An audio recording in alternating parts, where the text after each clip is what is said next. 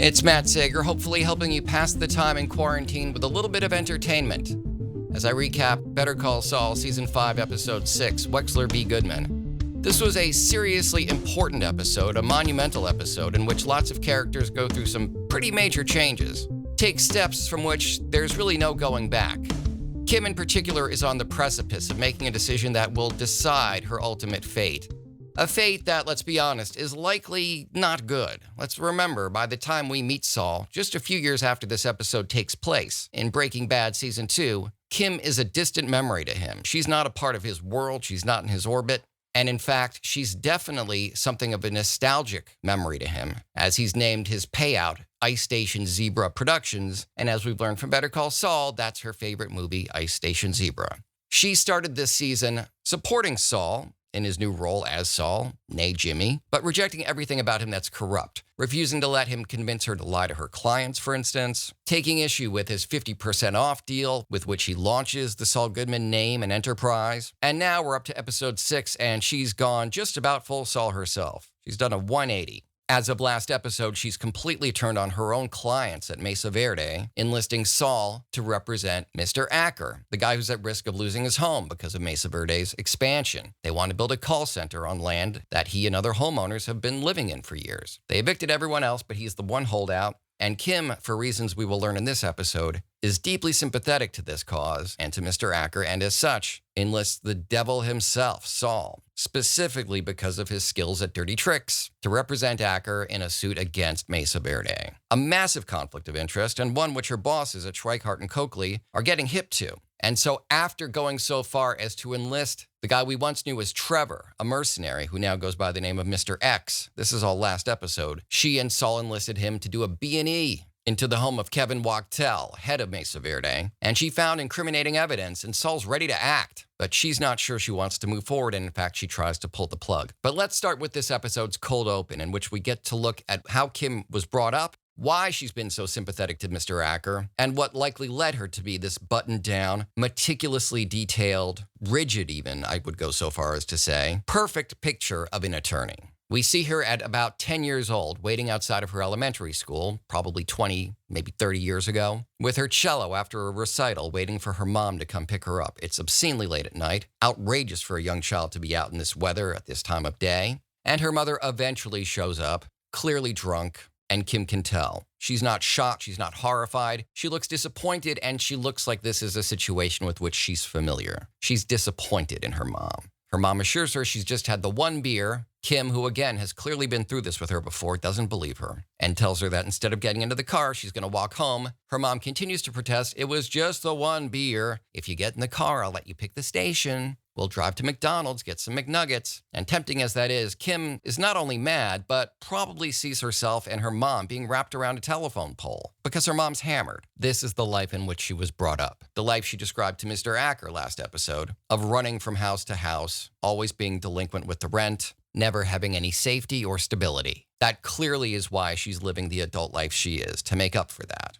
To never be that helpless again, to never be that much a victim to the whims of fate and chaos. And from that cold open, speaking of chaos, we cut to Saul. He's once again recruited the film students at UNM to shoot a series of commercials against Mesa Verde. He can't afford a set. He doesn't have time to wait for actors and post-production. So he's converted his nail salon, in which he rents space, into a production studio. And he's literally painted a screen green because we're working on no time and no budget here. But we want to go after Mesa Verde quick and hard and dirty. And he has a ball directing, casting, and producing these nasty anti-Mesa Verde commercials. He's recruited community theater actors and others who do exactly the job he wants at recording nasty, nasty commercials. It's the type of production we're eventually going to get quite used to from Saul. The type of production we've already seen him flirt with when, against his employer's wishes, a couple seasons back, he recorded television commercials trying to recruit clients for his class action against the senior living facility, Sandpiper Crossing. But Kim walks in as they're wrapping up production and having a party, enjoying slightly ravaged by actors, cold pizza. And she busts up the fun, telling Saul that her own boss, Rich Schweikart, is onto her, and she wants to drop the suit. She wants Saul to drop his suit. After all, he's only done it on her behalf at her request. And so now at that same request, she's telling him to put the genie back in the bottle, to unring the bell. He tries to convince her that these commercials are going to close the deal. They will win the case for Mr. Acker. They will shut down Mesa Verde and force them to open a call center in an alternate location, and she'll get her wish. And Rich Schweikart can't prove anything, but she insists, shut it down. We're not moving forward.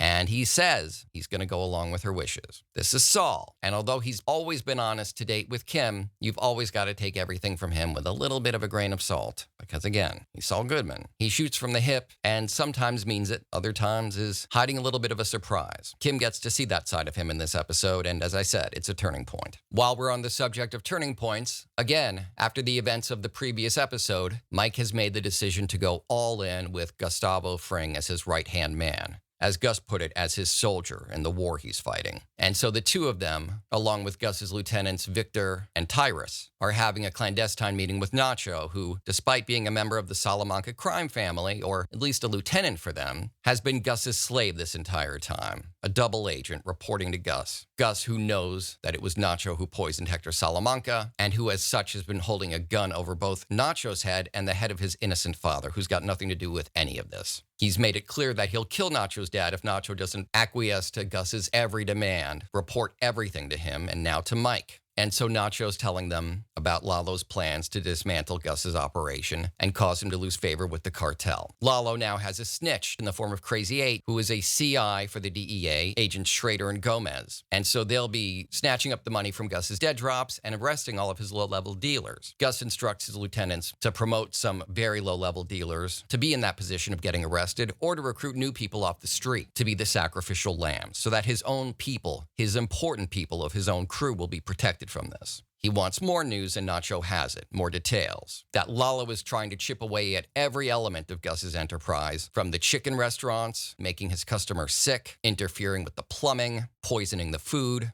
to cutting off his distribution of his meth, ultimately making him more of a liability and less of an earner, and causing the cartel to ultimately cut ties with him. Lalo is no Gus, but he's smart, and he's developed a pretty multi-layered and industrious set of plans to destroy Gus. Sadly, he doesn't know he's got a Judas in his midst in the form of Nacho. And boy, does Mike turn out to be a great hire for Gus. Gus knew exactly what he was getting when he brought him on board, and Mike systematically, throughout the course of this episode, wrecks Lalo's shit. And we now know exactly what the inciting incident is, that when we first meet Saul in Breaking Bad, and Walt and Jesse, wearing ski masks, abduct Saul, bring him out to the desert and point guns at him, Saul's first ever words to them are, "No, no, no, Lalo sent you. It wasn't me. It was Ignacio." We now know what it was that happened that causes him to be so frightened, and what it was that, yes, Ignacio did.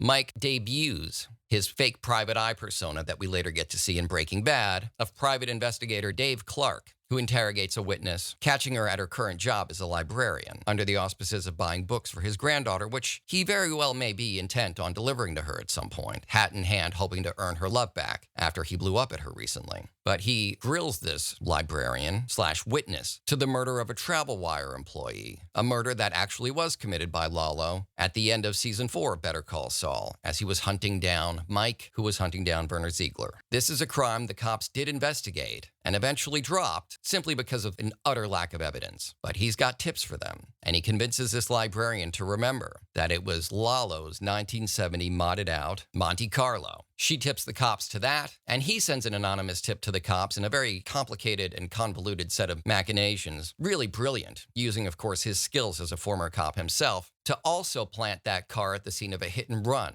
en route to that murder or from that murder, basically framing Lalo for something he did and maybe something he didn't, but regardless, putting a ton of police heat on his car, which he's out driving, completely oblivious to any of this. Lalo ends this episode surrounded by police, and whether or not he ever escapes or is released from prison, he's definitely done with the Salamanca family, or they're done with him. Because the amount of heat and attention this draws to him, he is now at best a liability, and at worst, a real danger to the family's existence and ability to practice crime here in the United States. Lalo is screwed, courtesy of Mike Ehrmantraut, with a little help from, as Saul says, Ignacio.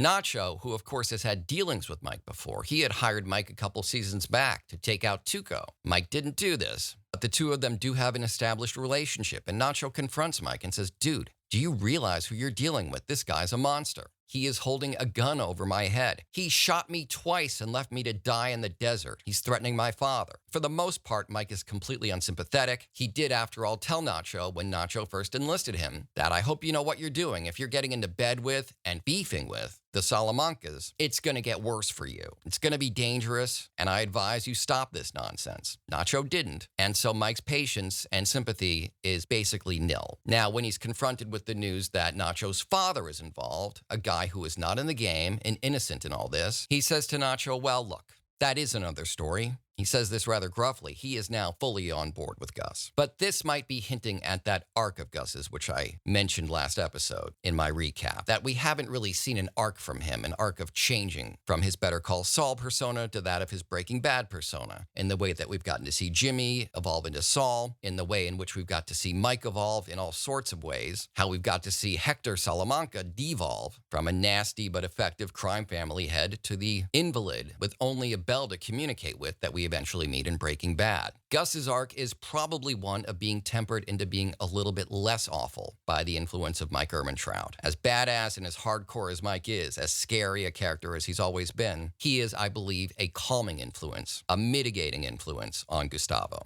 Because as for Nacho's father, he says, look, once we bring in Lalo and get rid of that threat, we'll talk about your dad. And I believe that conversation is coming, and that whatever else happens to Nacho, his father will be spared, and it's going to be because of Mike. Saul, meanwhile, is becoming Saul in full, becoming just the ultimate imp, prankster, practical joker, ne'er-do-well, and loving it. Forgetting about his troubles with the cartel, all of the dangers of his business, and just reveling in being a scumbag. Especially at the opportunity to continue getting back at Howard Hamlin for having the nerve to offer him a job at Hamlin McGill after the horrible ways he's treated Jimmy over the years. Completely unaware that Saul's already totaled his Namaste license plate car with 3 bowling balls. He continues to pursue him and Saul for fun after defending 2 prostitutes and advising them as they leave the courthouse to please try and stay out of trouble for just a little while. He then recruits them to go to a power lunch that Hamlin's having with Saul's former boss at Davison, Maine, Clifford, Maine. The prostitutes bust in on what is ostensibly a lunch between 2 attorneys seated very close to a soon-to-be retired but very highly respected New Mexico judge. And they come in and say, Howie, you owe us. Howard is, of course, legitimately baffled. That doesn't help, because these prostitutes have been given a script and they're following it to a T. As Saul watches with delight through his binoculars in his car, they're demanding money, saying their pimp is displeased, and you can't pay for a little tugboat when you had a different sexual act that's left unpaid for, and we're not leaving without our money, Howie. They address him with complete familiarity. His honest bafflement at their presence collapses. Look, when you're confronted by hookers, not speaking from experience, but when prostitutes accost you at a restaurant and you're surrounded by your peers, doesn't matter if you've never met them. If they act as though they've met you, no amount of, excuse me, I don't know these people, is going to help. Your reputation is destroyed. Howard Hamlin is now seen by the legal community of New Mexico as a man who hires prostitutes and then is a deadbeat and doesn't pay them and causes big scenes. He'll never be able to return to this restaurant again. His standing in the legal community is now going to be a great risk. Saul has screwed him over, but good. Caused him serious, irreparable damage. He may be able to buff out that Namaste car, but prostitutes confronting him at a restaurant, surrounded by his peers, Howard's not going to recover from that very easily anytime soon. It is funny, certainly for Saul. But Saul's more of a trickster than that. He's even been playing Kim. Kim has assembled the Mesa Verde associates at Schweikart and Coakley because she believes that there's going to be a $75,000 settlement. Perhaps less. Maybe something like $40,000 that Mesa Verde ends up paying, and she'll pay the rest out of her own pocket. Saul is disgusted by this. He has become actually invested in Acker, certainly in Kim's desire to stick it to Mesa Verde. He loves Kim. And so, despite that love, because of it, he's lied to her. She has feared that Rich Schweikart knows they're in cahoots. And so he's gone against her. So they're not cahooting anymore. They are legitimately enemies. And by so doing, he hopes that he can really get Kim what she wants. But she is gobsmacked, shocked, when she's expecting Saul to walk in and present a solution which everyone can happily agree on, and the day can end on a high note. And Saul instead demands $4 million, no less, for the pain and suffering and relocation of Acker. Kim is legitimately, this is not an act. She's pissed. She's confused. She's scared. She urges everyone from Mesa Verde to clear out the room so that the lawyers can hash it out. But Saul makes an impression, certainly with Kevin Wachtel, who does not like this shyster. He's the all-American cowboy hillbilly. He has met his opposite in the form of this dishonest, goofball, bus bench sleazeball that we know and love, Saul. And Saul tells him, "You don't want to leave the room, Mr. Wachtel. You're going to want to see what I've got here on this DVD that he produces." And so the room's darkened, the shades are drawn, and Saul pops in his DVD. "You'll want to see this," he says. "Your dad's in it." And he has taken footage from these old Mesa Verde ads featuring Kevin's dad, Don Wachtel. These are ads from, I don't know, maybe the 50s, in which he's looking at a cowboy going, "Yep, that's freedom, all right. The freedom to ride, freedom to bank without any excess fees or whatnot. Ain't that right, Kevin?" And a young Kevin beams up at him and goes, "That's right, Pop." Saul has defaced this precious childhood memory of Kevin Wachtel. And these ads open with, "I'm John Wachtel," in super slow-mo. And then an actor appears, green screened against the background of this commercial, describing scenarios in which Mesa Verde forced them from their homes. Another scenario in which Mesa Verde gave them terrible, outrageous, excessive charges and fees, without warning, without notice, and without mercy. It keeps getting better. The UNM makeup artist that he uses on his film shoots doubles as an actress in one of these commercials, saying that she walked into a Mesa Verde branch and walked out covered with bedbug bites. There is an ad in which the words "bare genitals" in all caps are emblazoned on the screen as someone describes being forced to witness someone's bare genitals at another Mesa Verde branch. Are any of these claims true? No. That's not the point. They will get out there. They will make life really difficult for Mesa Verde, no matter how much chicanery is involved. This is sabotage. This could all go away with just a little bit of finesse, making things better for Mr. Acker. And by the way, making things better for a Native American artist, a photographer, whose photo was used without permission. And Saul even gets Kevin to admit this in a heated emotional back and forth as the DVD is being shown, that this Native American photo artist's photo was essentially traced and made the logo of Mesa Verde without any acknowledgement of the photographer's work, without any payment or compensation for the work. So now there's not one, but a minimum of two wronged parties, owed money and public apologies and all kinds of stuff from Wachtel and Mesa Verde. Kim is pissed. Wachtel actually meets Saul in the parking lot, walks out of the meeting to meet Saul and confront him and say, "What is it going to take to make this go away?" Saul demands money for his client. He demands his client get to keep his home. He demands money and an apology for the Native American photographer. None of this based on a contract, but rather on a handshake deal. And Wachtel is so disgusted now by lawyers, including his own, so sick and disgusted by this process. He wants done with it. He's not going to be doing a lot of business with Schweikart and Coakley going forward because he's done with lawyers. But Saul gets what he wants and what he seems to think Kim wants. Kevin, at least, is not going to be sued for copyright infringement. The suit from Acker is going to go away, and he'll have his call center, but not where he wanted. Rather, in the shitty off-site location he never wanted. The site he's been trying to avoid by going after Mr. Acker with so much zeal. He just eats a ton of crow, and at this point does so happily to be done with it all. And so justice is served, just like Saul described himself when he met with Howard a couple weeks ago for lunch and was met with this bizarre job offer. Saul has done his part to help the helpless, be the friend to the friendless, defend the little guy, be David when Goliath tries to step on somebody.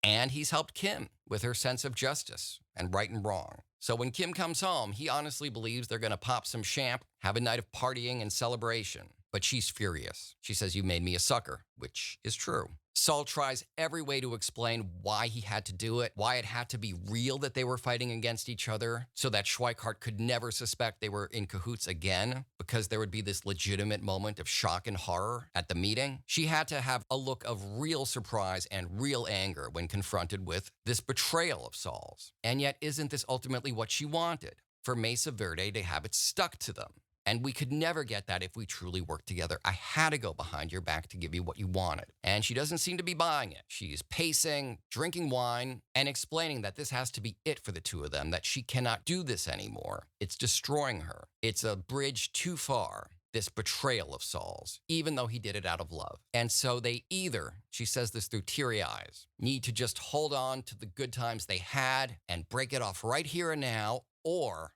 get married. That comes out of left field. Certainly surprised me. appears to have surprised Saul. It's pretty damn surprising, actually. But as I said, this episode is a fantastic setup for the final 4 episodes of Better Call Saul Season 5. This, of course, being the penultimate season. Season 6 is where it all ends and where it all comes crashing down and when Saul becomes the Saul we meet in Breaking Bad. Everything's accelerating, and the show's just getting better and better. I cannot wait to watch and, of course, recap next week's episode. In the meantime, I, of course, appreciate you hanging out with me once again. I do hope your stay in quarantine, self-enforced quarantine. I hope the coronavirus is treating you well, is what I'm trying to say. If you'd like to donate to this podcast, please do so. You can go to paypal.me/MattSager or patreon.com/MattSager. More details will be in the description for this, whether it be on YouTube or on a podcast network. And speaking of, please do like, subscribe, and share this if it's a video on YouTube. Or if you're listening on a podcast network, please also subscribe, leave reviews and stars and things of that nature. And if you'd like to get in touch with me, you can do so all sorts of ways. You can email matt@mattsager.com, call 646-535-4788, or get me on social media. On Twitter, I'm @MattSager. On Instagram, I'm RealMattSager. And this podcast is on Facebook. Check it out at facebook.com/MattSagerPodcast. Also, check out my voice acting page on Facebook. It's facebook.com/MattSagerVO. And for pretty much everything else connected to me, my podcast, my voiceover stuff, you can find that all on my website, mattsagervoiceover.com.